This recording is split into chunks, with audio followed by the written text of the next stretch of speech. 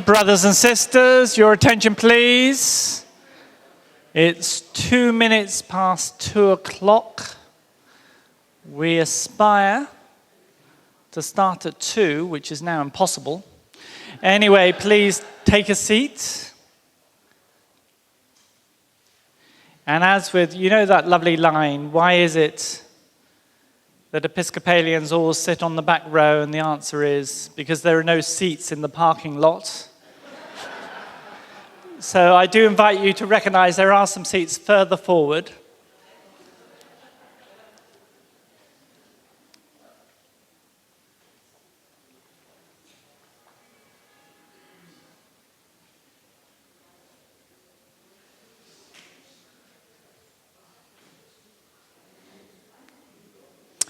Ladies and gentlemen, it's my great pleasure and privilege to introduce Dr. Christena Cleveland. It was very interesting when we announced that Dr. Cleveland had agreed to come to Virginia Theological Seminary. It was one of those rare moments, I confess. I've got to be careful what I say here because there might be previous convocation speakers in the room. But the enthusiasm it generated amongst friends and stakeholders in the seminary was really quite unusual. And many had heard of her, many had read her book, Divinity in Christ. Many spoke positively about the impact she's already had on their life and their thought. Dr. Cleveland is the Associate Professor of the Practice of Organizational Studies at Duke Divinity School. She is a social psychologist and a reconciliation scholar practitioner who writes and lectures widely on the theology and practice of reconciliation. She has a doctorate from the University of California, Santa Barbara, a first degree from Dartmouth College, and her book, Disunity in Christ, is highly acclaimed and utterly compelling reading. She was named by the Christianity Today as one of the 33 millennials leading the next generation of the Christian faith. Let's give a very warm welcome, please, to Dr. Cleveland.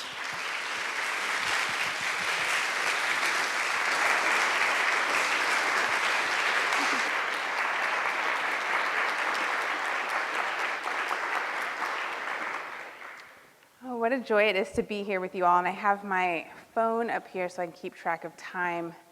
I was not raised Episcopalian. I was raised Church of God in Christ, and so we can actually go for quite a while. So I have my clock here, and we'll stay on task today. I want to start with a prayer, a written prayer by a Native American spiritual teacher who has taught me much over the last few months. This prayer is called A Prayer for Honoring Worth. Thank you for this day of knowing our value. It is not for others to reflect our merits back at us. You have tried to transmit this to me many times. You have tried to transmit this to us many times, but it is hard to hear and easily forgotten. Please help us remember that it is a miracle to be here, and that to disregard the miracle is to misunderstand life. Each of us has purpose, and we don't have to be in full comprehension of that to earn our place here. Drum into ourselves that we get to be here without anxiety, that we are enough. Expand our limits for accepting our majestic existence. Let us hang the medals of honor on our own jackets and stop questioning whether we do enough and give enough. Open us to our flaws and imperfections because our obsession with perfection is killing our spirits and our faith in divine love. When hunger for external affirmation is insatiable, it complicates and compromises our relationships. Help us to let our people off the hook for needing to scout the ideal words that will lead to our fulfillment. Freedom from inaccurate beliefs about ourselves is between you and us. Help us discover how we can be most useful, knowing that our significance is not rooted in our doing. Remove thoughts that we are burdensome or a hindrance to those around us and that our gifts will not be appreciated. Help us create a meaningful life that brings dignity to our spirit and establishes trust with you that we are on the right path. When we are dependent on others, let us seek self-sufficiency in order to keep our relationships in balance. Help us to define the value of how we show up and what we contribute. Let us understand that contributions are not synonymous with currency and that lives cannot be measured in dollars. When we are not honoring our missions, direct us back to them. Point our generosity and kindness facing outward, knowing that everything that flows from us creates a ripple effect. Remind us that it is possible to create unworthiness in others when we set unfair and impossible standards for ourselves. Let adequate and good enough be sufficient despite our efforts for excellence. Highlight our benevolence, because big-heartedness is what we will be remembered for above all. Help us to know and trust that we are beneficial organisms in the great cosmic layout.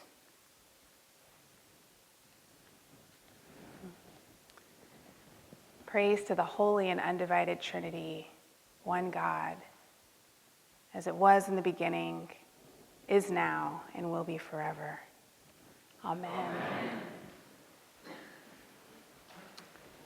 I'm a bit of an odd duck in the theological world in general, and specifically at Duke Divinity School, because I'm a social psychologist, and I think a lot about what's happening beneath the surface and how can that play a role in how we're interacting with each other, how we're thinking theologically, and how we're practicing our faiths. And I want to start by talking a little bit about Freud. He was a bit of a weirdo and missed the mark on most everything, but he was quite on point with one particular area. Freud was well before his time in terms of understanding the way that our mind works. And he understood that the mind is like an iceberg. And conscious awareness, what we know we're thinking and doing and feeling, is just the tip of the iceberg, and the vast majority of what's happening is beneath the surface of conscious awareness. And it really took about 70 years before the rest of psychology, specifically social psychology, started to study intensely what all is happening beneath the surface. And in the 70s and 80s, there were lots of studies that looked at how our non-conscious processes can affect our thoughts. We can manipulate how someone's thinking about themselves, or even feeling about themselves without them even knowing it. But it wasn't until the 90s that we started looking a lot at behavior. Can our behaviors be influenced by non-conscious effects? And one of the most classic studies that, to me, even as I've talked about it with so many students, is astounding, is John Barge, when he was at NYU, did a study looking to see if he could influence college students' behavior without knowing. And so what he did is he brought a bunch of students into his lab. The average age was 19.2 years. So these are kind of traditional college age. And he said, we're doing a study where we're asking you to create sentences out of lots of words. And this is like a typical sort of, social cognition study that you might participate in as an undergrad. What he did, though, was he varied the types of words that students received. So half the students received words that we would associate with being elderly. They would be consistent with an elderly stereotype. Now, they never used words like old or elderly, but he used lots of words that were like, that we'd associate with being elderly, like Florida and wrinkle and bingo. And so what he's doing is he's asking students to create sentences with these words and sort of stimulating their elderly stereotype without them knowing it. And then the other half of the participants got words that had nothing to do with being elderly, apple or something like that. So just a neutral word in terms of age. And then what he did is he said, the study is now over, you're free to leave, which in social psychology is code for the study is completely not over and we're still observing you. And the students left the lab and walked to the end of the hallway where there was an elevator. This is NYU, so they're high rises. And they had a research assistant at the end of the hallway at the elevator with a stopwatch, measuring how long it took participants to walk down the hallway after they left the study. And participants who had been exposed to the elderly stereotype walked significantly more slowly than participants who had not been exposed to that stereotype. This is, to me, a fascinating study. Here we have college students, traditional age, 19.2 years old, somehow, outside of their awareness, are taking information, processing it as self-relevant, and it's affecting their behavior. And so this created quite a ripple, or a waterfall, in the field, because it started to ask all these questions. It stimulated questions of, what's actually going on with behavior? What is a self if a 19.2-year-old can interpret this information as self-relevant? How much can we hold people responsible for what they're doing if they're not necessarily aware? This is a question I ask myself a lot in my work on conflict and divisions, both within church and in the broader society. What is really going on here? It's interesting because right now, just before I got here, I was at the hotel waiting to come here, and I saw everything on ESPN is sort of like imploding right now. If you're not aware, it's kind of interesting to see the dynamics and what's playing out. Folks are getting put on suspension, and people are getting fired, and there's all this going on in the Twitter sphere, mostly around Colin Kaepernick and the Black Lives Matter movement and taking a knee at NFL games. And it's interesting because a lot of people think, especially my students in Duke Divinity School, I think has the lowest average age of any divinity school. Our students are like 23.7 years old or something. They're really young and bright-eyed and earnest. And it's interesting because I talk with my students and they think that Black Lives Matter was started like 3 years ago and that like police brutality is a new thing. And I think I remember thinking that in 1999, when Amadou Diallo was shot and killed by police in New York City. And if you're not familiar with that, I was in my first year of college then. And so I was the young, bright-eyed, earnest one thinking, how could this possibly happen? 4 white police officers in New York shot and killed an unarmed black man 41 times. And what's interesting about that, and what's interesting about so much of these conversations is people swear that they're not racist. They swear that they're not the problem. They swear that, like these 4 police officers, they swore that they saw Amadou Diallo pulling out a gun from his coat pocket. Turns out he was pulling out a wallet, but they were so sure that he was pulling out a gun. And they actually took lie detection tests that suggest that they don't think they're lying, right? I mean, they honestly think that it was a gun. And social psychology has turned towards this question: how is it possible that in the blink of an eye, under duress, in clearly a racialized situation, whether we're obviously recognizing that or not, how could someone mistake a gun for a wallet? And there's a researcher at the University of North Carolina, Chapel Hill, who I'm sort of stalking because he's so amazing, because of his research, but I'm also kind of low-key stalking, but he's done so much work that has stimulated my own work, and it's nice to have him right in the neighborhood down at Duke. And Keith Payne has done lots of work looking at this reality, how could we mistake a gun for a wallet? And so he set up a study, again, with college students, but it's been just like the elderly study, it's been replicated so many times. He asked participants to come into the lab again, and this time he paired a white face or a black face with either a gun or a tool. And the thing that's really interesting about this study is that he presented the faces subliminally. And so what that means is they were presented to participants on a computer screen, but they were flashed so quickly that the participant would not be able to say that they saw something. However, on a non-conscious level, their body registered that they saw a face. And so if you present something at less than 300 milliseconds or so, most people won't be able to say that they saw it, but it would affect their behaviors, their thoughts. And so the black and white faces were presented subliminally because they didn't want people to know that this was a study about race. But then the tool and the gun that it was paired with, that each face was paired with, that was not presented subliminally. It was flashed really quickly on the screen, so quickly that they would have to make a guess.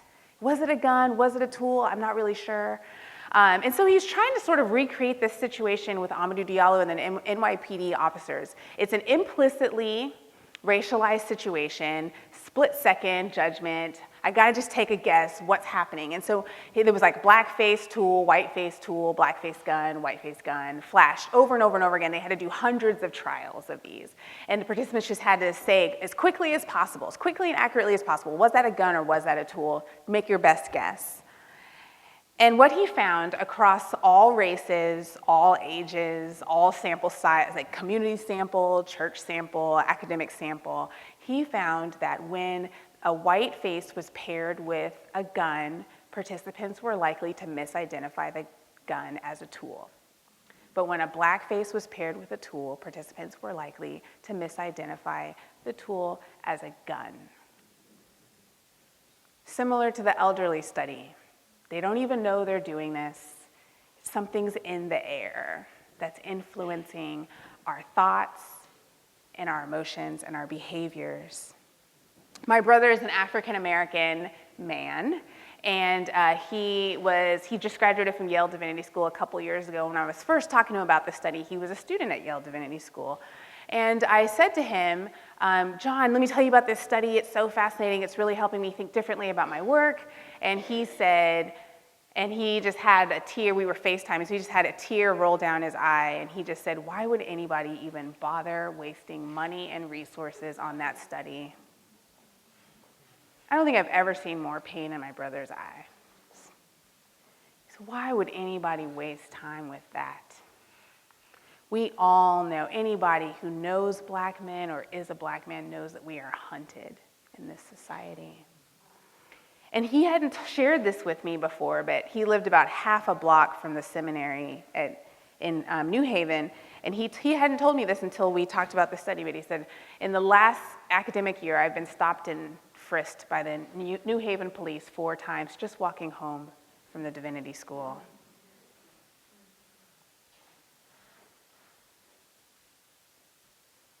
What's so interesting to me about this is it begs the question, why? Why do we live in a society like this? I mean, it's one thing to associate elderly people with Florida and wrinkle and bingo.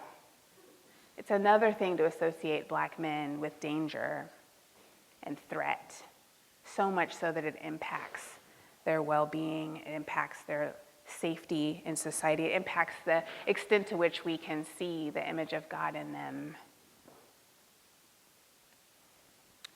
So a lot of my work is focused on why do we do this and how can we change? How can we move forward? And part of the reason why I read this prayer of affirmation for you all is because my current research is on self-compassion and racialized stress. And my team back at Duke is looking at what does it look like when we affirm ourselves first so that we can dive into hard conversations and be present and show up. And it turns out we're actually not really good at that. So we're going to start a little bit lighter today, and we're going to go a little bit heavier tomorrow. So get good sleep tonight, eat well, and then get good sleep. But I want to start by talking about some of the things that prevent us from truly participating in this what we call life, this what we might call the family of God. I'll move into some Trinitarian theology in a moment, but true relationship with each other. Why is it that in a split second we will categorize and see people in certain ways, mostly in ways that are to their detriment. Since I'm a social psychologist, I've focused so much on categorizing and the role that that plays in our interactions with each other and in our community life. And one of the things that's interesting about categorizing is it's ubiquitous. We do it all the time. I categorize everything. I had never seen this podium before I walked into this room. But rather than walking up to the podium and interviewing it and wondering, what is it doing? Is it going to spontaneously self-combust? Should I eat it? Should I run from it? I was able to take one look at it, and even though I have never seen it before, it's completely novel to me, I was able to say, oh, I have a category for things that kind of look like that. Therefore, I'm just going to throw this new novel podium into my category podiums and make some assumptions about what it is. And I don't have to waste my precious cognitive energy trying to figure out every little detail about this podium. We do this all the time. We walk into a restaurant and we have a script for what's going to happen. The reason why we know this is if we end up in another country where the customs are different, we're thrown off. And all of a sudden, we're using a lot of our cognitive energy trying to make sense of what's going on, what are the expectations, how do I pay, should I tip, should I not, should I Google it, I don't know. And then at the end of the day, we're exhausted in a way that we're not in our home country. We've exhausted our cognitive energy. We are cognitive misers. Shelley Taylor, a social psychologist, gave us that name. We don't like to waste our cognitive energy, so we rely on categorizing, and it works. I mean, we classify animals into species. We classify time into eras. We take states and we label them blue states and red states. I mean, we classify everything. It helps us stay organized and helps us save time, except for when we make mistakes, because any shortcut leads to missed information sometimes. Sometimes it's accurate, sometimes it hurts us. And one of the downsides of categorizing is we automatically erect these us-them barriers because we have to stay organized. I have to know who I am, therefore I have to know who you are, and so I'm going to have an us-them barrier between us. I'm going to draw a line around us and them. In fact, that line is so powerful that we hate people who blur that line. If it's all about being a cognitive miser and saving time and energy, please do not blur my line. So my friend Dan Frings and I, who's a professor in England, have done a fair amount of research on this effect. It's called the black sheep effect. And a black sheep is somebody who toes the party line more or less, but on one issue, they aren't in formation, right? They're different. And we hate them. So an example of a black sheep would be like a pro-life Democrat, right? And it turns out that Democrats hate black sheep Democrats more than they hate Republicans because they blur the line. If you're a Democrat and I'm a Democrat, then who am I, right? This starts to get really confusing for me. I need to stay organized. I need to stay clear on who's my friend, who's my enemy. And you're messing with that. And so Dan and I have done some fascinating study, actually terrifying is probably a better word for it. We've done studies where we give people opportunities to interact across party lines with a black sheep. So we'll have I guess within party lines with the black sheep. So we'll have Republicans interact with Republican black sheep and Democrats interact with Democrat black sheep. And what we do is we set it up so that they have an opportunity to teach their black sheep the right way. Right? And so they get to make a speech, and they're hoping to influence their black sheep. And the black sheep is always someone who works for us. They're called Confederates, right? And so a Confederate is someone who works for the research team and is faking like they're even in the study. So the black sheep never learns, right? They always say, nope, I'm not going to change my mind. And this really frustrates the participant who's supposed to be changing this person's mind.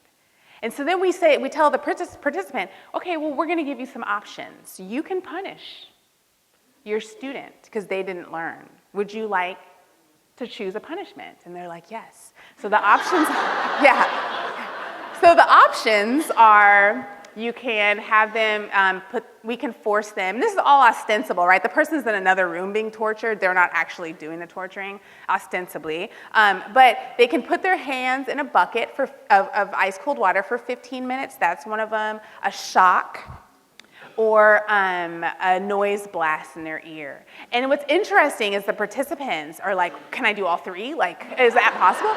It's really interesting to see how much we hate black sheep. That's how powerful these categories save us time and energy and how committed we are to them. So when someone just says, oh, well, you know, I'm not racist, or I'm not classist, or I'm not patriarchal, I can just override it. It's a little bit harder than it seems, and just reading an article in The Atlantic isn't going to fix it. Because we're so deeply committed, we are motivated to maintain these categories.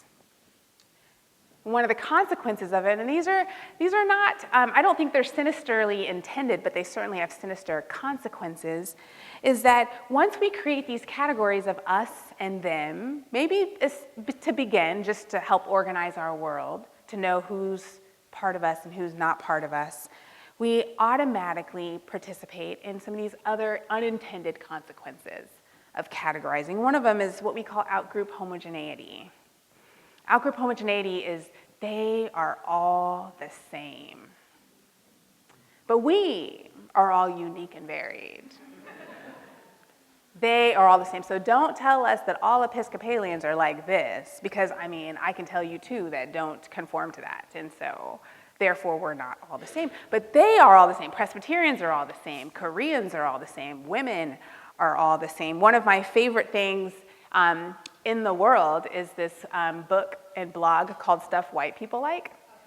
Because as a black person, this is outgroup homogeneity that I'm being invited into, right? All white people like the things on this list. And it's fascinating because it's a white guy who's writing tongue-in-cheekily to a bunch of people of color saying, if you just mention these things, white people will like you. So just name them. And so, you know, the things on the list are like assists in basketball, microbreweries, religions their parents don't belong to, stuff like that. And one of them I really like is outdoor performance gear. Like, white people are always wearing North Face jackets even if they're not scaling a mountain, right? And so he has this whole list, and the idea is, as a non-white person, I would look at this list and be like, yup, that's exactly how all white people are. Now, if you're a white person, you might read the list and be like, hey, maybe even be offended a little bit, and then also say, not all white people are like that. Of course, touché, of course. But that's what happens when we naturally categorize. All of a sudden, without even knowing it, they are all the same. Now, the story of, you know, that book, Stuff White People Like, is kind of funny, and it's not that big of a deal to have a list of things that all white people like. However, in my work, in which I get to help a lot of religious organizations try to think differently and do differently around issues of inclusivity, I find it showing up all the time. I was working with a Christian college out west that has about 1,200 students, and their president and the board of and the head of their board of trustees contacted me, and they said, "We have a problem. We cannot attract or retain people of color. Students, faculty, staff, doesn't matter. People come for a year or two, and then they say, we're out. We're going to move on. This is not a place that we want to invest any more of our time." And so they said, can you help us think about what we're doing wrong and help us develop a plan to address these issues? Because he's like, we're really friendly and nice. I don't understand why people of color don't want to be with us. And so I said, okay. So I went and met with their board, and I met with the president, and they were all white men. And I was like, yeah, we can start with this. But obviously it's deeper than that too. And so I said, what we should probably do, this is a school it's a small school but has a national constituency. And so I was like, you know, there are alums of color all over the country in concentrated cities. It would probably be wise to invest some time and some energy doing focus groups, doing some online surveys, but also doing some in-person interviews, and really talking to folks who've participated in this community and get a sense of what exactly were their experiences. We know you all think you did great, but let's get some feedback from the people of color. And the president said, that sounds like a great plan. Why don't you go and draw up, what it would look like. And so I came back and I gave him this plan, and he said, this looks like a good plan. It just looks like it would take a lot of time and energy and resources. And I said, yes, it will. This kind of work is energy consuming. And he said, well, I can probably, I think it'd be good to go along with your plan. I really do, but I could probably also just tell you why people of color don't really like participating in our organization. And I just looked at him and I said, so let me see if I can get this straight. You're the white male head of an organization that admittedly has a diversity and inclusion problem. He said, yes. And I said, and you think you can fix the problem without input from actual diverse people? And he's like, well, when you put it that way, it sounds really bad. I was like, because it is. This is horrible. But what was interesting about this is a good guy, loves God, loves people, is clergy, feels like his job is to advance God's love in this community. He cared about this problem. He cared enough to engage me. But as we started talking a little bit more, it was clear that he had engaged in out-group homogeneity. Because another way of saying they are all the same is we don't really need them. They don't really bring a lot of variability and richness to the table. Or maybe we could just get one of them, a token. And if we get that one, then they can speak for everybody else because they're all the same. Meanwhile, we need 15 white male baby boomers at the table who all are in finance, because that was this entire board. I'm like, you guys are all the same. But they couldn't see that, right? Everybody's in finance and the same age and same race and gender, okay. But we need all of us at the table because we're unique and varied, but we don't really need them. In fact, we can approximate, they're so simple that we can approximate what their experience, we can guess what their experience is. From our own very different intersectional identity, we can just guess, because how complicated can it be? They are all the same. And without even knowing it, he had dishonored the image of God and the very people that he was trying to include. And isn't that how it works so often, right? So often our desire is to do the right thing. So often our desire is to be inclusive.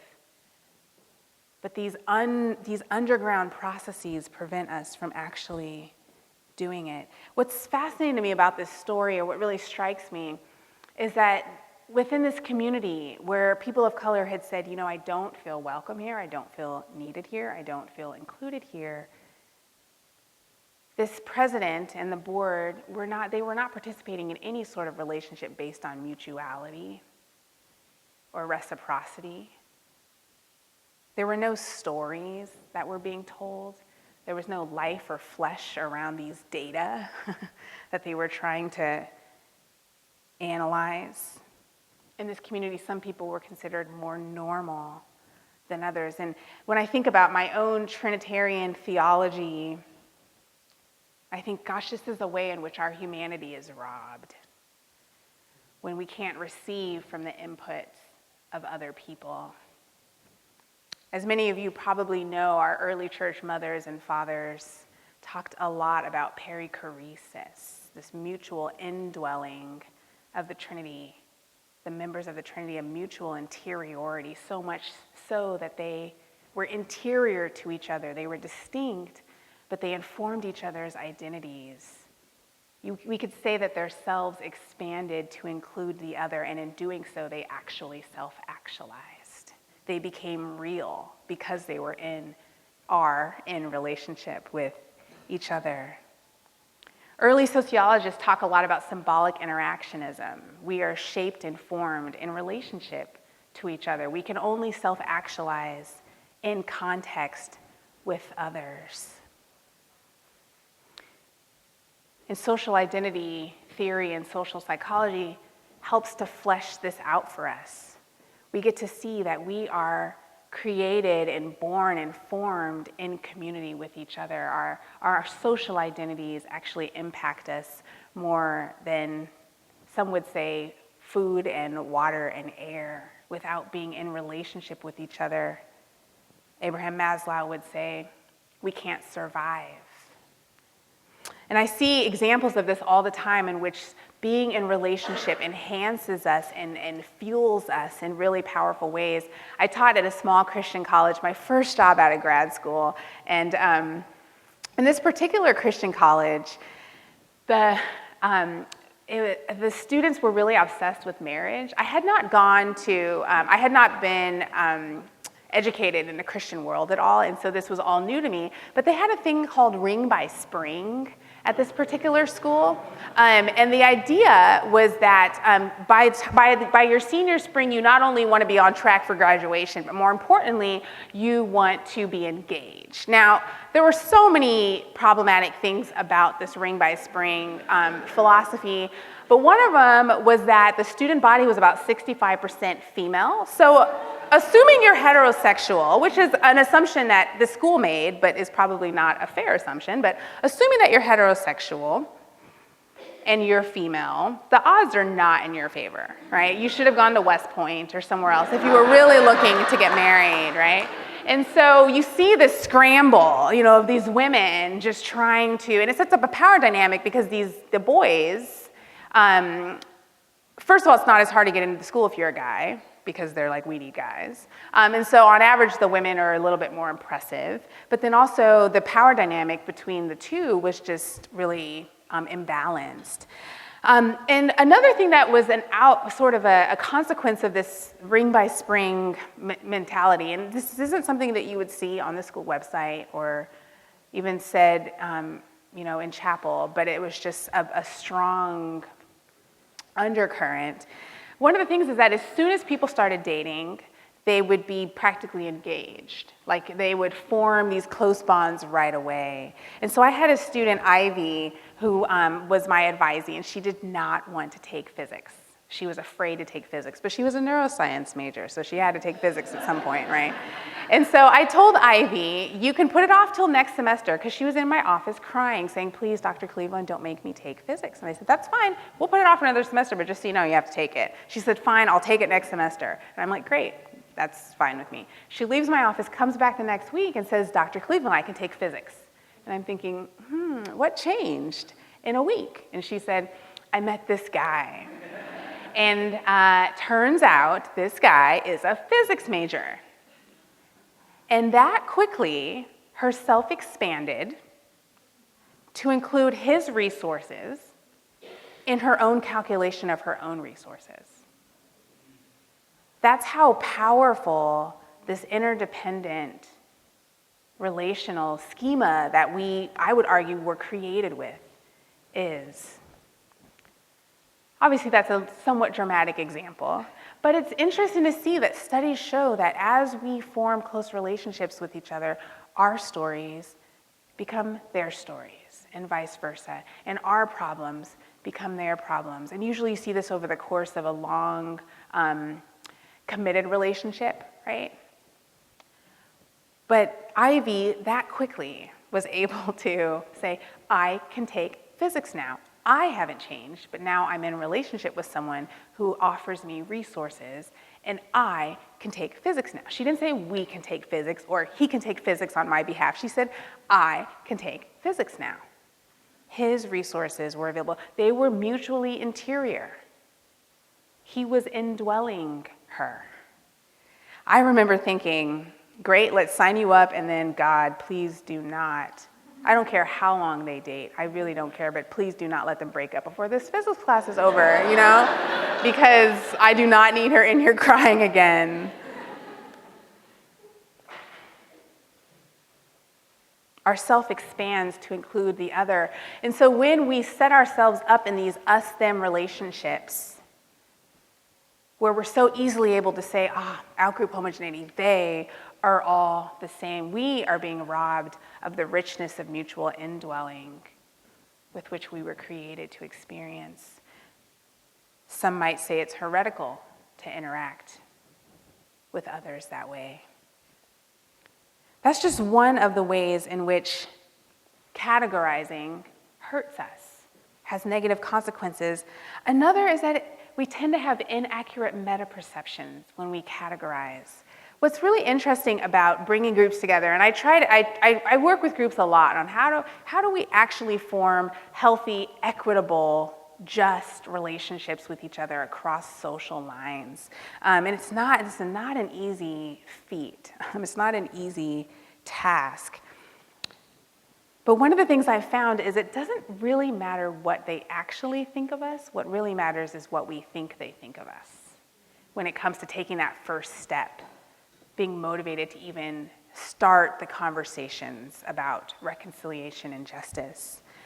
And this is one of the things that categories do for us to wreak havoc on our relationships is we automatically have inaccurate meta-perceptions. Meta-perceptions are what we think they think of us. And typically they are pessimistic. Once we have an us-them dynamic, we automatically assume that they don't want to know us, they don't want to spend time with us, they don't want to interact with us. When I lived in the Midwest, I lived in a city, Minneapolis, that actually has lots of, the multi-ethnic church movement, which we can talk about in Q&A because I have plenty of critiques for it,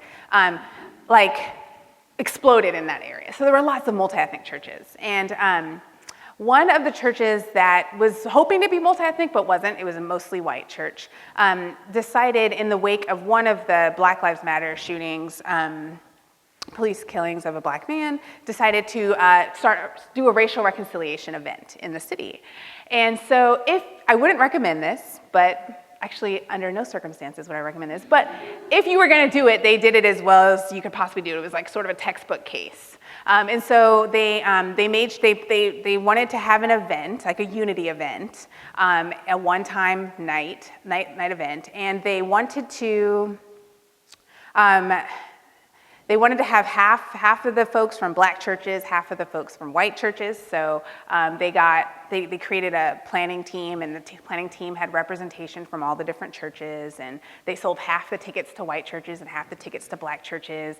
And the pastor at this particular church preached about reconciliation and the need for this, and kind of tried to give a theological basis for it. And what else did they do? They had a soul food dinner before the event, and they set it up so that all the tables were bar height without chairs, so people had to mingle. And so they did as much as you could possibly do to do this well, although you can't do this well, so that was the problem. But anyways,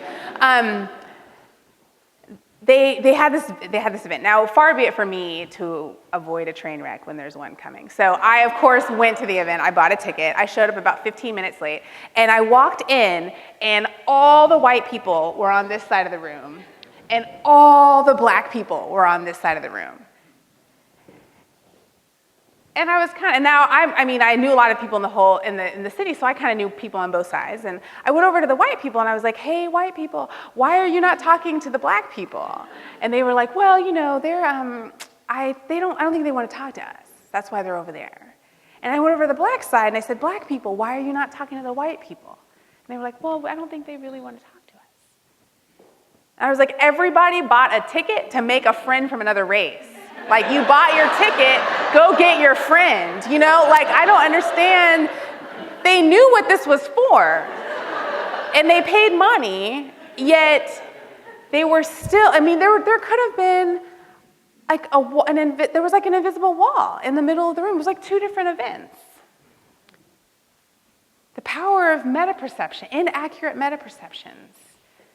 Studies show that French nationals think that Americans don't want to talk to them and vice versa. Yet that's typically not the case. Usually our meta-perceptions are wrong.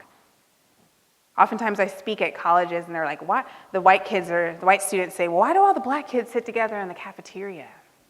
It must be because they don't want to talk to us. I'm like, that's an inaccurate meta-perception. Have you ever asked? Have you ever befriended someone? Because right now, you're just standing here. And also, can we just note that you all are white and you're all sitting together? It's not just the black kids sitting together. Another thing that happens when we have these us-them categories. So let me just to remind us, at this point, we've decided that there is an us and a them. We've also decided that they are all the same, and we don't really need them because they don't bring a lot of richness and variability to the table. We've also decided that they don't want to talk to us. So this is kind of where we're at. But another thing that happens is we tend to exaggerate our differences.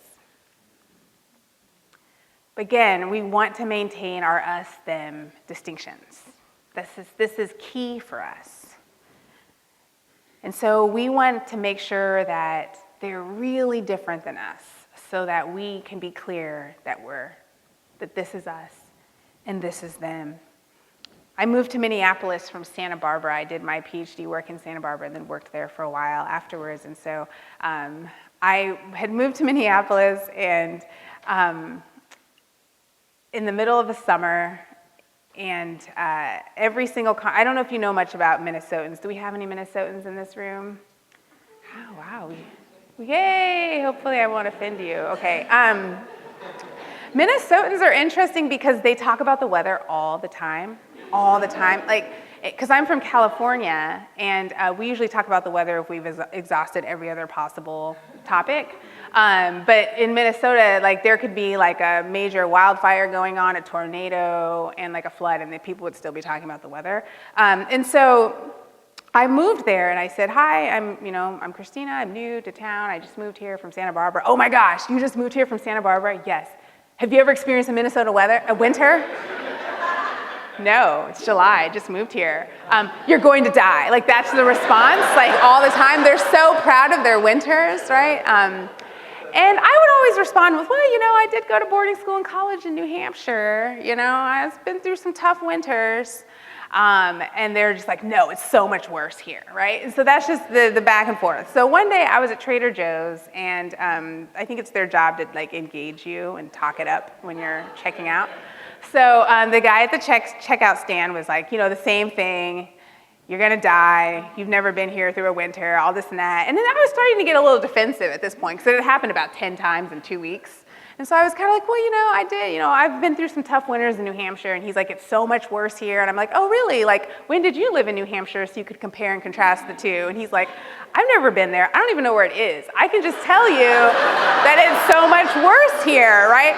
Meanwhile, there are like 3 Minnesotans in line behind me, so they're getting involved in the conversation, and they're arguing with me on behalf of the guy, saying it's so much worse, and it's a dry cold here, and that's the difference, and all these sorts of things. And then they're talking about the Halloween, the Halloween snowstorm of 1991, and I mean they're just,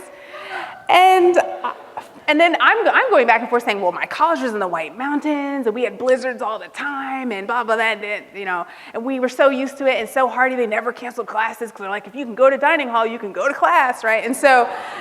And we're going back and forth for about 10 minutes in Trader Joe's, and then I realized, does someone have to win this conversation? Because the fact of the matter is I've been through some hard winters. You've been through some hard winters. We should be doing a group hug here right now.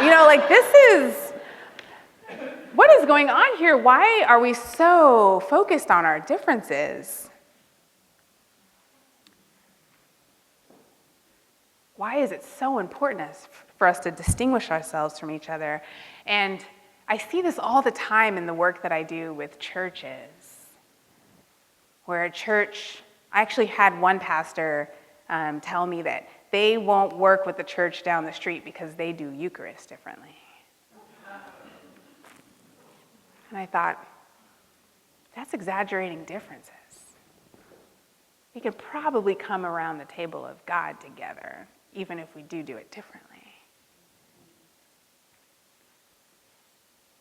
But what's, I think, most dangerous about this, we are so different than them, is that it's layered on top of they are all the same, they don't bring much to the table, they probably don't even like us. And quickly, we are so different than them devolves into we are just a little bit better than them.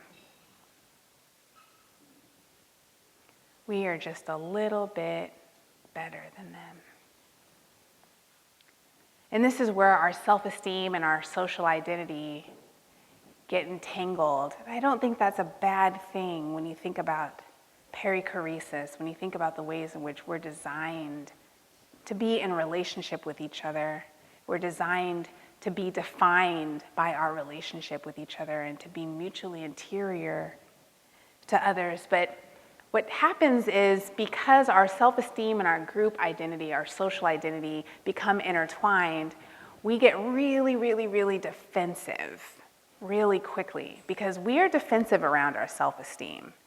Social psychologists don't agree on what self-esteem is. There's actually lots of fights in the literature on whether it's affective, how you feel about yourself, or whether it's cognitive, how you think about yourself. And actually, two of the most famous scholars who study self-esteem are on the faculty at the same school, and they got into a fist fight recently in the hallway over whether self-esteem is cognitive or affective, okay? So these are not the most, maybe they need a self-esteem boost or something, but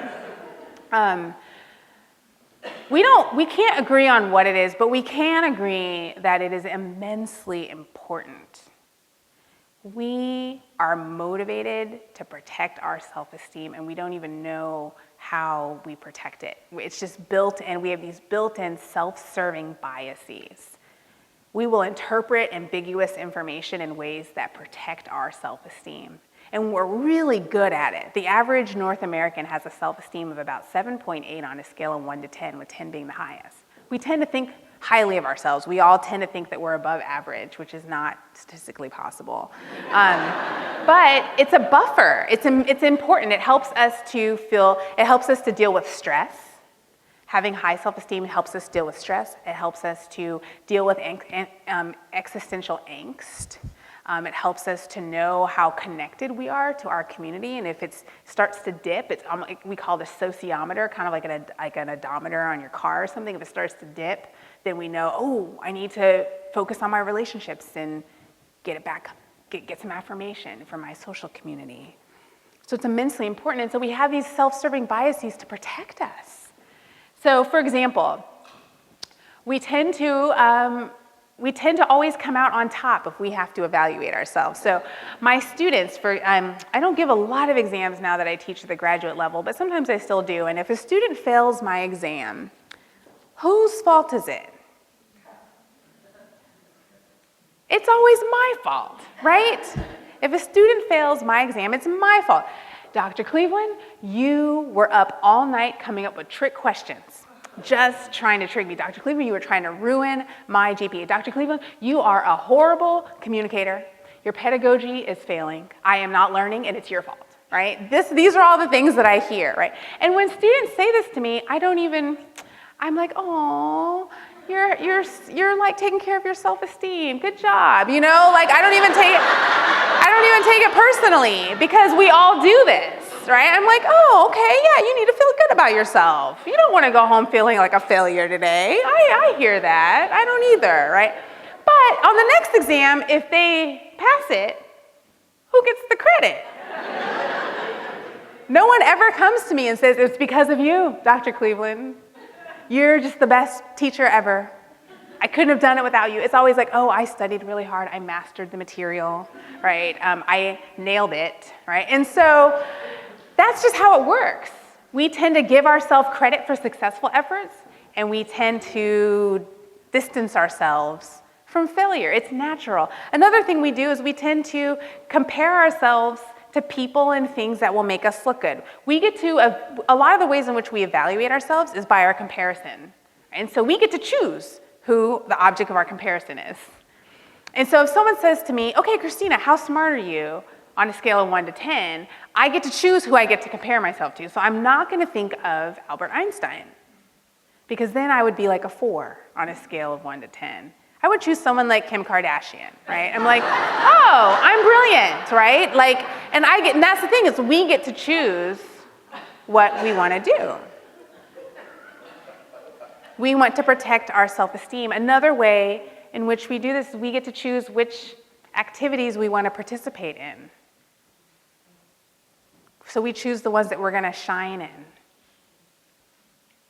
There's a term in the critical race theory body of work called White Silence is Violence. And I think that's key to the ways in which white people protect their self-esteem. It's scary to speak out about race. I might say something wrong. I'm not a master at this. I don't know what to do. I don't know what to say. I might say something stupid. I might say something racist. I might be called a racist. Oh my gosh. So I'm just going to choose not to participate in that activity because it's not comfortable. I'm going to choose to do other things, like Frisbee-related sports or something like that. We have these built-in self-serving biases that protect our self-esteem because we're always on the defense when it comes to self-esteem.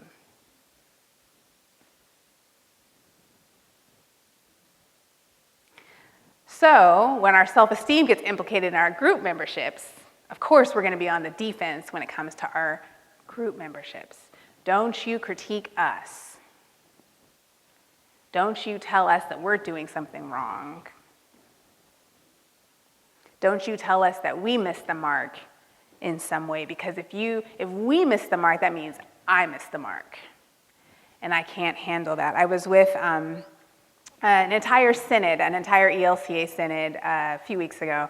And so I think there were about 130 churches in the synod, and most of the clergy were there. And we were having a really frank conversation about the reality of their synod and how it was kind of centered around an urban city, and it was shrinking like many mainline churches are. And so we were very, I shared with them a model on how to sort of assess where they were at, and we were working on it together.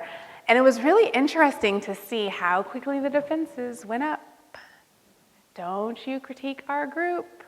Don't even mention that maybe we made a mistake back in 1979 or 1991 or last year.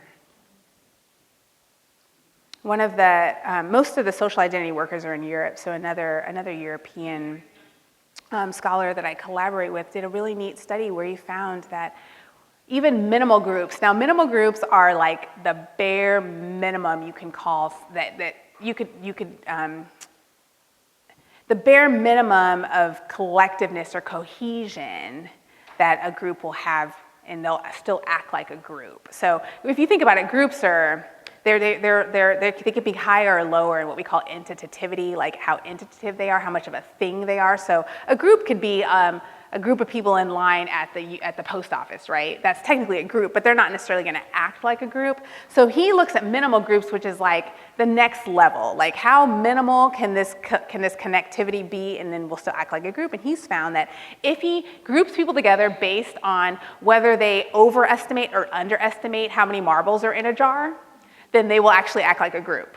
Okay, so that's how basic it is. These are the overestimators, these are the underestimators. And then he has them try to complete tasks in the lab that they could only successfully complete if they rely on the help from the other team. And he finds that once they form these groups, they will resist information that they need in order to be successful simply because it comes from the other group. And this is us preserving our self-esteem, right? This is what these ELCA pastors were doing a few weeks ago, preserving their self-esteem.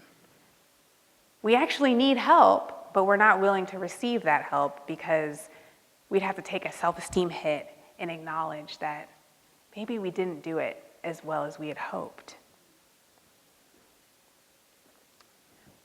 So there are all these dynamics that happen around self-esteem and group identity. And one of the things that we tend to do is we, in addition to protecting our group, we'll try to bask in the reflected glory of our group or cut off the reflected failure of our group. So if our group was deemed a failure in some way, or maybe needed to work on some things, we'll be quick to say, well, that decision was made at this convention, and I wasn't at that convention because my grandmother died, so I didn't vote on that, right? And so it's like we find ways to be like, I'm not really responsible. Or we might find ways to say, yes, my whole diocese might be failing in this area, but my church is actually doing pretty good in this. My one parish. And so therefore, I'm cutting off reflective glory. Don't associate me with them just right now, because I want to preserve my self-esteem. Now, if the group is doing well, we bask in reflected glory. We're like, oh yeah, that's me. Like, I'm part of that. I'm associated with that. But if all else fails, because some groups actually, we can't just navigate that way, right? We can't just cut off reflected failure and bask in reflected glory. We can't just choose when we're going to engage or disengage. So sometimes what we do, if we can't publicly and actively disengage, we might just disengage in terms of how we identify with the group or in our hearts. A lot of my research looks at teams and how teams interact with each other. And we do these incredibly elaborate, I'm a pastor's kid, and you'd be surprised at how much I love that I get to use deception in my research. And it's like ethical.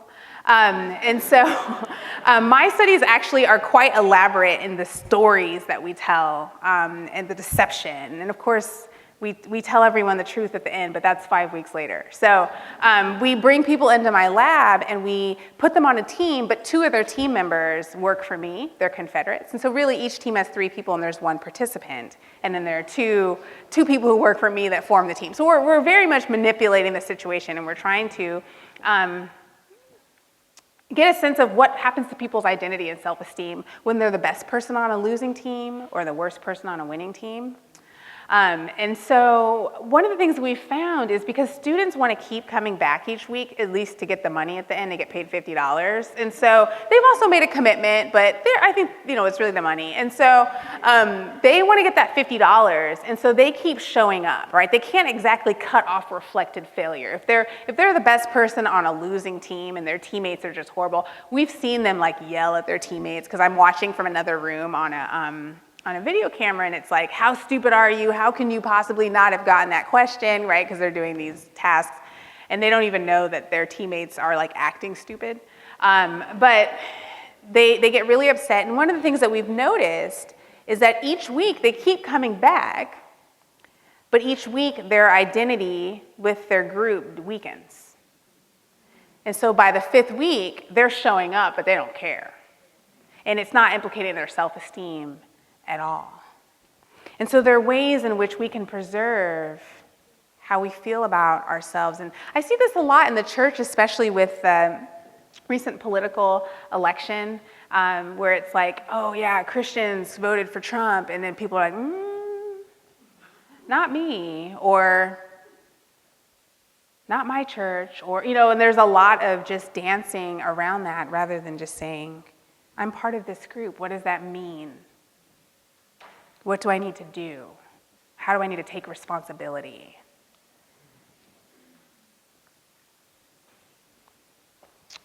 I think the most difficult thing that I want to end with before we have a little bit of time for Q&A, the most difficult thing that I think will lead us into what we're going to talk about tomorrow, which is really about power and the role that power plays in these processes, is that if we can't dance around group membership in order to make ourselves feel good, if we can't choose the tasks that we want to participate in as a group or as individuals in order to make ourselves feel good, one of the ways that we'll boost our self-esteem is by derogating the other. If someone came to me and said, I'm having a rough day, I feel really horribly about myself, what should I do to feel good? Really quickly, I would say, this isn't the most ethical suggestion, but the most effective suggestion would be find someone who's part of a different group than you and derogate that group, because that's what's the most effective. The fact that we devolve into we are better than them makes perfect sense if you understand the way that our identity and our self-esteem are connected to each other. And 2 researchers did a really seminal study that I'll tell you about today. This is another one that's been replicated a lot, and it was first done in the mid-90s. 1997 is when it was published. And they're researchers at Williams College, which is a school that, oh yay! Williams College it's one of the more prestigious liberal arts colleges. Students who get in there are probably valedictorians and salutatorians of their classes. They like to think of themselves as smart. And so at this particular school, they thought it would be interesting to test if people have low self-esteem, and then we give them an opportunity to derogate somebody else. Will they do it? And if they do, will it actually affect their self-esteem? And college students in general like to think of themselves as smart. So the bogus IQ test is one that's really helpful in manipulating self-esteem. Basically, you just give students an IQ test. You don't score it, but you've already randomly predetermined what score you're going to tell them they got, okay? And so they either got like 99th percentile, which would be like a self-esteem boost or maintaining high self-esteem, or they get like 30th percentile, and that very predictably decreases people's self-esteem, which is what you need if you're looking at people's self-esteem in the lab. And usually you give them some language along this, particularly at a place like Williams, like, yeah, you got 30th percentile in your IQ test. How did you get in here? You're like wow, are you sure you belong here? You know, just kind of really massaging this effect. And then predictably, people have either high or low self-esteem based on what sort of feedback they got. And then in this particular study, they had Jewish women and Christian women, all white, but people who identified as, that's not true. All the participants were Christian. All the participants were white.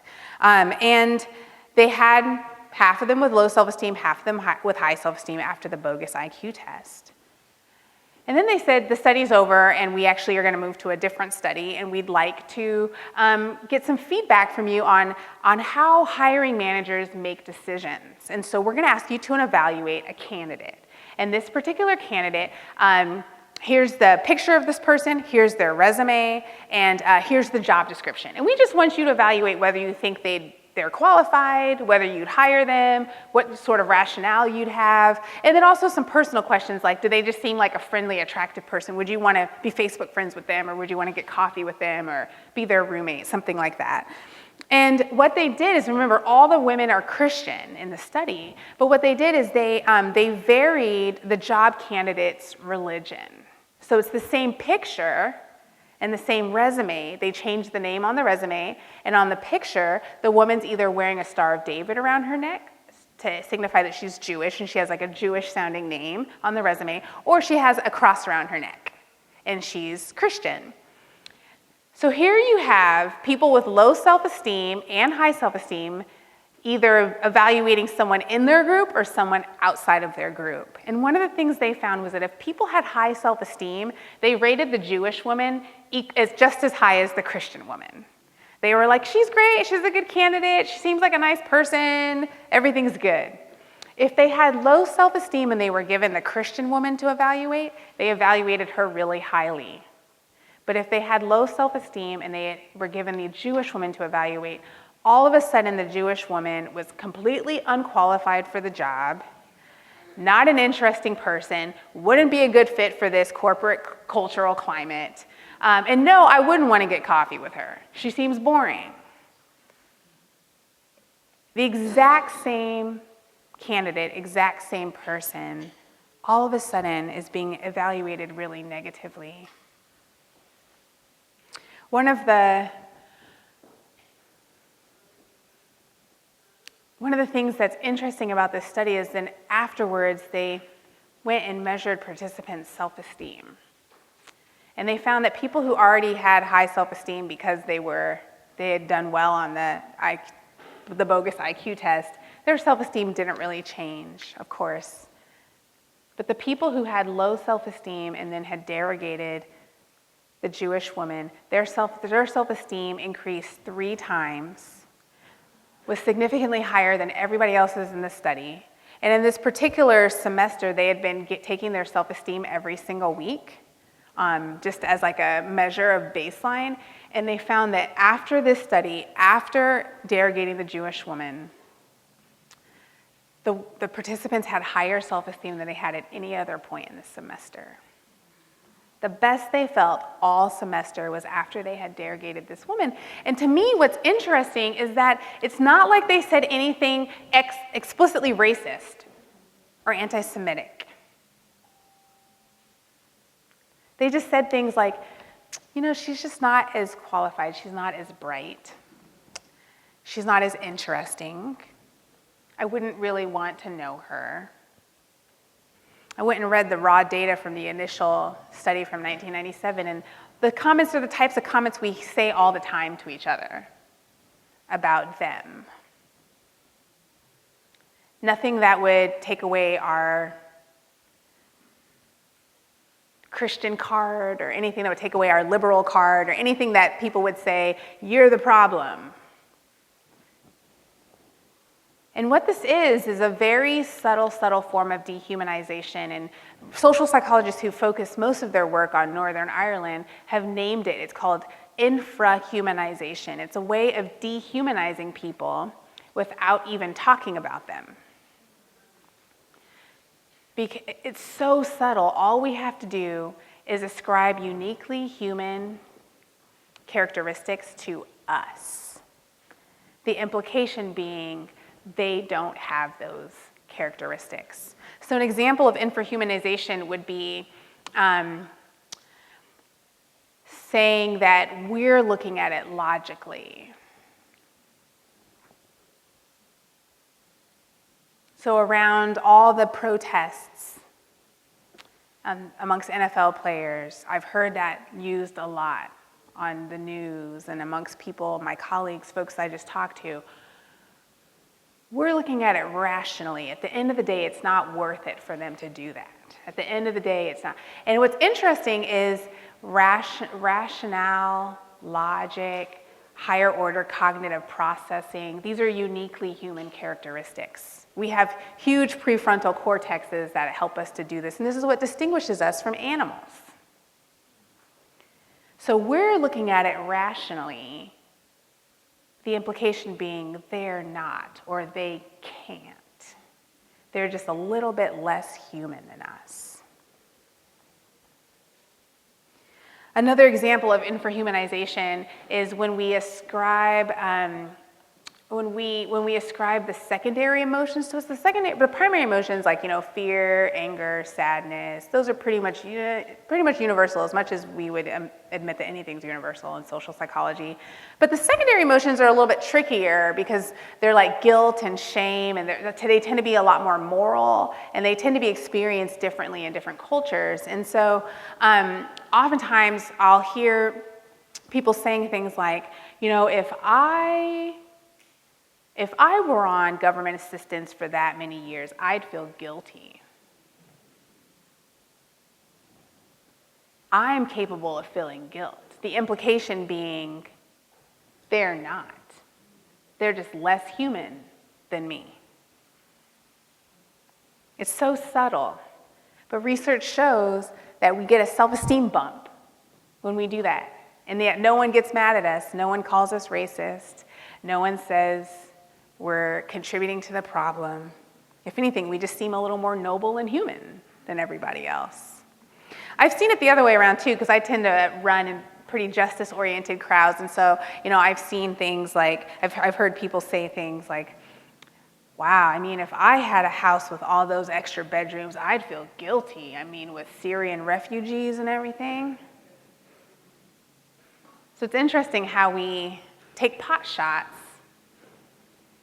No matter where we are, we're motivated to feel good about ourselves. We infrahumanize.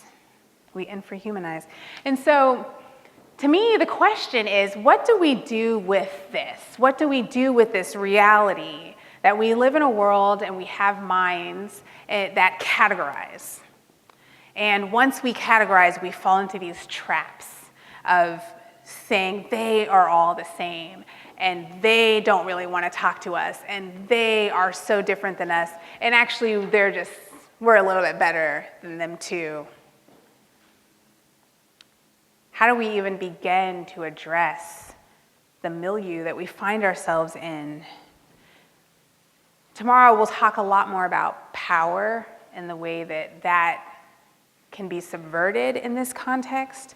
But for now, I just want to leave you with a little bit of hope before we go into Q&A. One of the things that's neat about non-conscious processes is that when we bring them into conscious awareness, they lose a lot of their power. We can start to get to work. That doesn't mean the work is done once we become aware. I know sometimes we like to think that. But we can start to do the work. And research shows that if we are motivated and we have the cognitive energy, we will often reset our implicit biases. It takes a lot of energy and it takes a lot of motivation to do that. And it also takes community to do that. I know some of my friends are really good at helping me see when I'm falling into those traps. And when I first wrote my book, my entire Bible study group read it to be nice to me, I guess. And we started having these conversations around, gosh, how are we participating in this even as we interpret Scripture, right? How are we making ourselves feel good compared to that church down the street or this person in another small group Bible study who's a different culture than us or something like that, right? And it was funny because by the end of the couple weeks of intentionally calling each other out in love, they were like, wow, Christina, it's a good thing you wrote that book because you're like the biggest culprit of doing all of this. You'd be surprised at how often you do it when you start to bring it into awareness and you're allowing the people in your community to say, hey, wait a second, I heard that. I heard you said all of them, or they all, or it sounds like you were protecting your self-esteem there, and maybe there's a deeper issue that we need to talk about. You'd be surprised at how often we do this because they're non-conscious. So we can start to do that work. I'm going to stop here and open it up for questions. I know I just shared a lot of information with you, but thank you.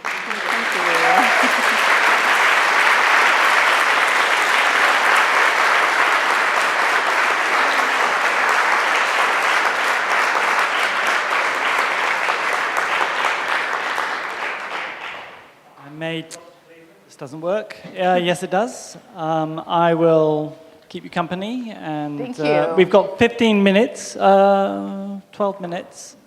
So any questions, please? And I think there are people with mics. Yes, thank you, Elizabeth. Jennifer.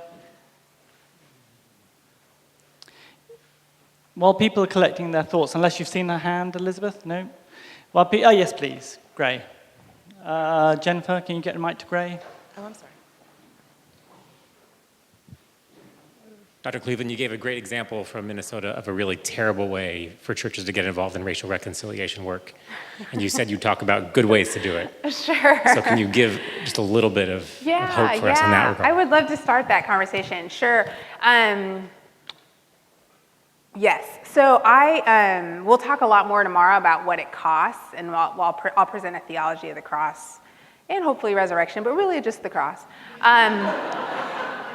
The resurrection is implied. But I think, so one of the critiques that I would have for that is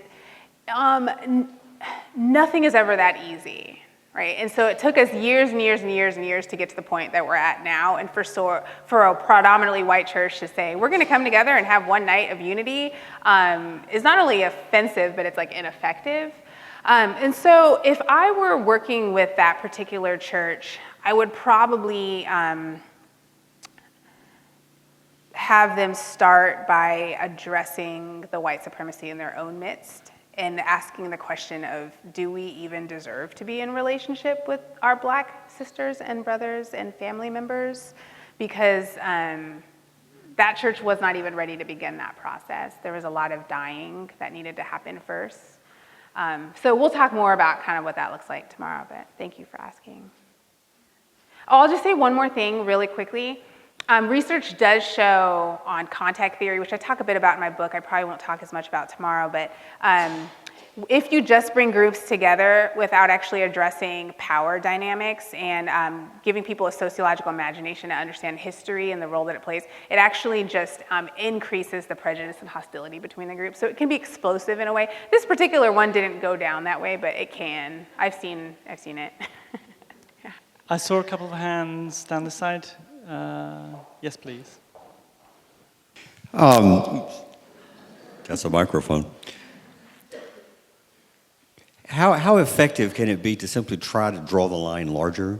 You're Black, I'm white, you're female, I'm male, but to say we're Christians, we're children of God. How effective can we be if we try to identify the things we are together as opposed to what makes us other? Yeah, that's a good question. I actually think both are important. There's a dual identity theory that helps us understand the ways in which we can have a superordinate identity. So like we're all Christian, or we're all part of the human family, but it also honors the individual experiences that we have in our world. And so the metaphor that's often used in explaining that is a football team, actually. There's offense and there's defense, and those are distinct identities, but they're in relationship and in service to the larger group. And I think there's an interdependence and a mutuality between offense and defense, and I think before we can actually participate in this larger superordinate identity, there would have to be that mutuality and equality and reciprocity first between men and women and blacks and whites and all the different intersectional identities. So I think the work of mutuality and equality has to happen first, and then we can start to imagine a superordinate identity that I think is what we're designed to have. Not to say that the subordinate ones aren't critical and valuable, because one of the things I love about, at least the way I understand the Trinity, is that it's not all three clones. It's three distinct identities, and it's beautiful because they're distinct and they're showing up as distinct. And so I think that's what we should be shooting for. Yeah.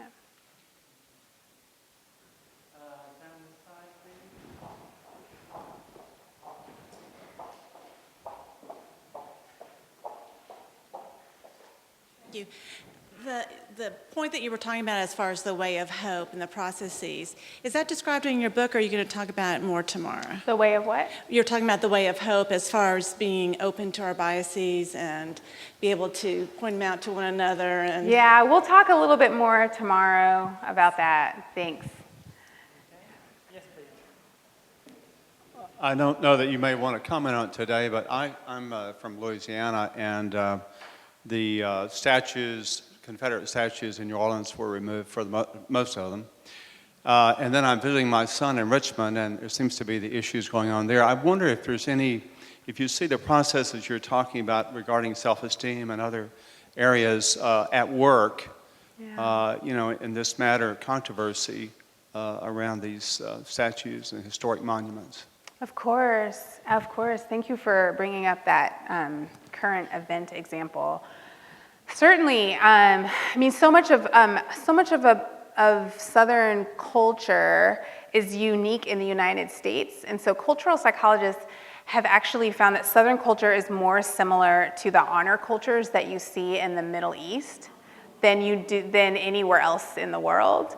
And these honor cultures are very much about family, defending your family's honor, defending your family's value. And so pretty much everything that we've been talking about on steroids is kind of what's happening in the South.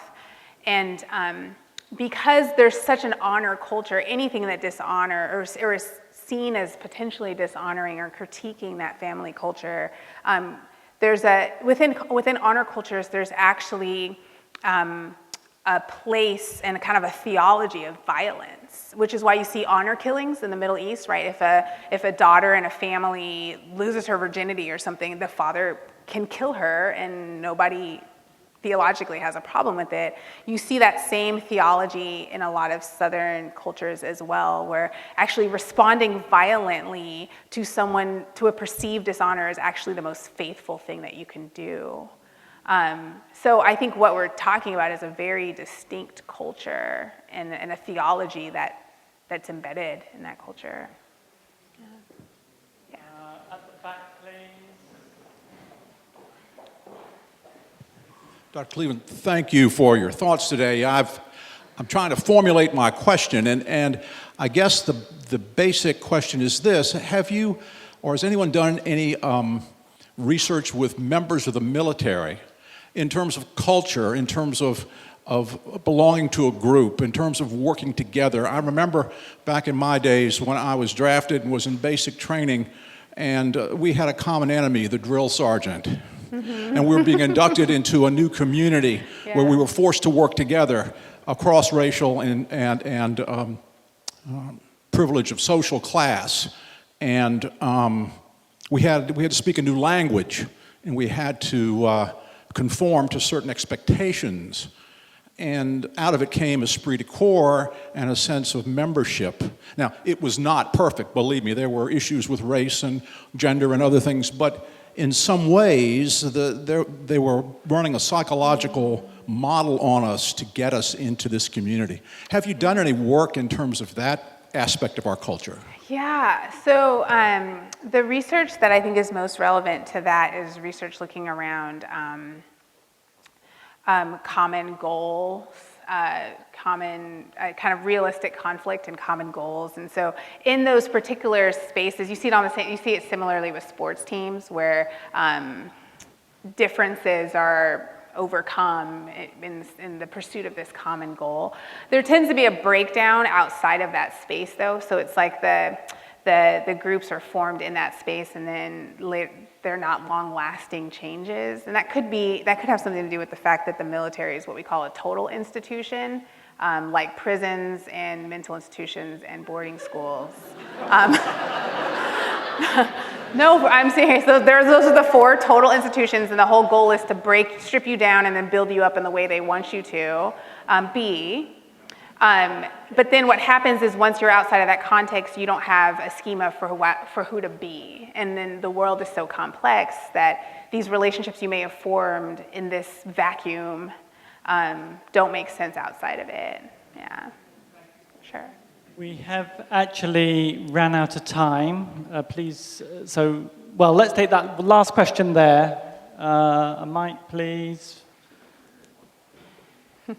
You're about equidistant from Elizabeth and Jennifer.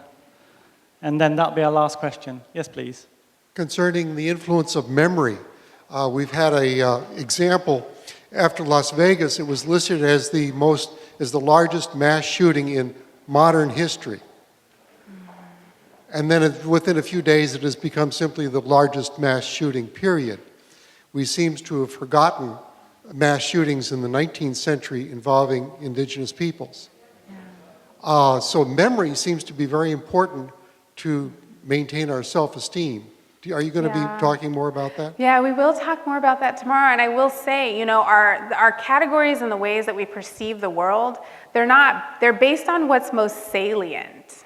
They're not based on all the information, right? Because we're picking and choosing what information we want to attend to. And obviously, we're not going to attend to information that is inconsistent with our pre-existing beliefs. So, yeah, but thank you. We're going to talk a little bit when we talk about costs. Yeah, we'll talk more about that. Thank you. What's been lovely about this Q&A is that it's been a real taster for what we can expect tomorrow morning. So for now, let's just express our gratitude for what was a witty, delightful, and powerful presentation. Thank you very much.